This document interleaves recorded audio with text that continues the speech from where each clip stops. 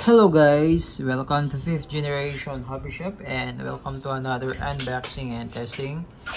Shout out especially kay Sir Harley of Samis Oriental. Sir, welcome. Now we're going to unbox the Umarex Germany. This is Walter brand.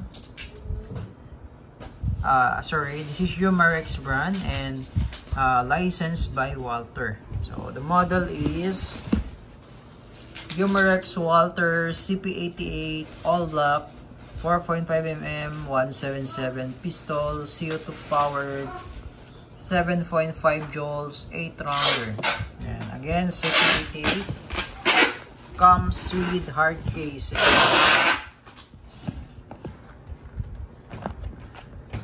Let's open it. So ito po yung unit. This is full metal Walter CP88, fixed front and fixed sight front and rear, manual safety, yan. Single and double action. CP88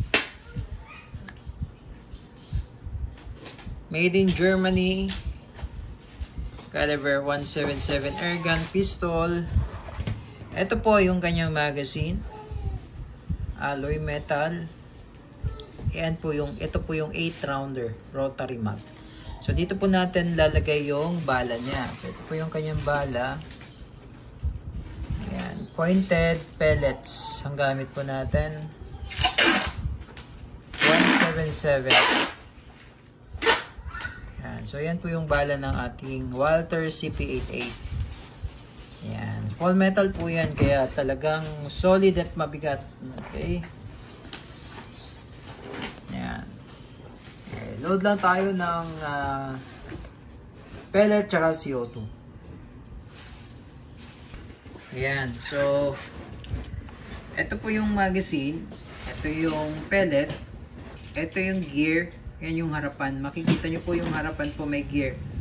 Ito pong sa likuran po walang gear. So ito pong sa harapan, ito yung pellet. Yan. So ganyan lang po ang paglo-load and make sure na walang nakausling pellet po dyan kasi pag may nakausli po, hindi po umiikot ang rotary. At tigas pong kalabitin pagka may kumakalang po dyan. So ganyan lang po ang paglo-load. Pwede rin po kayong gumamit ng hindi pointed. Pwede po kayo gumamit ng round pellets, yung flat yung head, yung flat head na tinatawag. Pwede po as long as caliber 177. So, kapag bibili kayo ng bala, yung important lang po ang gamitin natin. Tingnan nyo lang yung label. Dapat 177, 177, 4.5 or 177 caliber.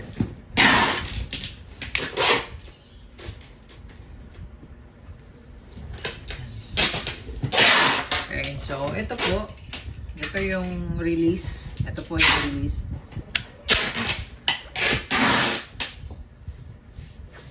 Pasok nyo lang siya dyan. Then load. Ayan. Okay. Tapos yung lagayan naman po ng CO2, kailangan lang natin alisin yung cover, itong cover. Push nyo lang po ito sa kabila. Ito po push nyo. Yan, aangat po yung cover. So, dito po yung slot. Yan. Kita nyo po, full metal po yan. Bakal po yan lahat. Except lang dito. Plastic po yan.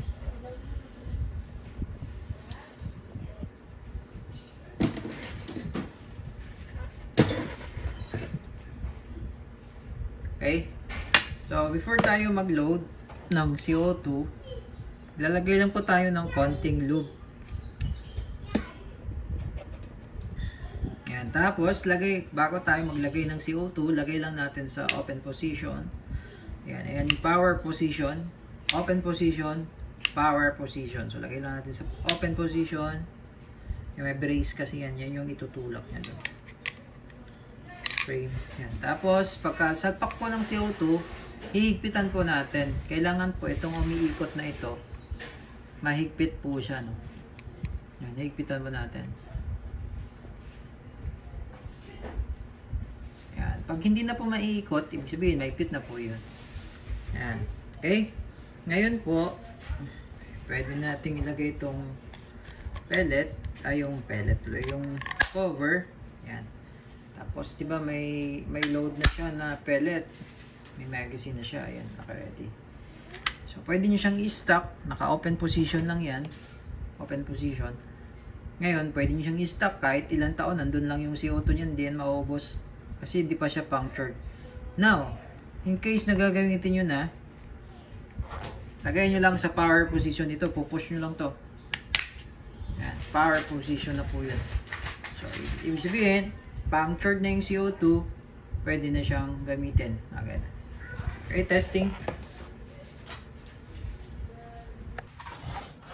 Okay, testing po. Single action. Yan po yung single action. Pag sa single action po, ibababa nyo lang po yung hammer. Firing. Single action po yun. Sa double action naman, direkta trigger lang po yun. Ganito po. Double action.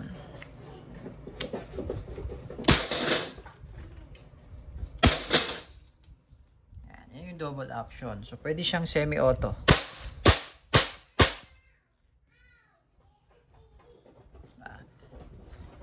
Walther CP88.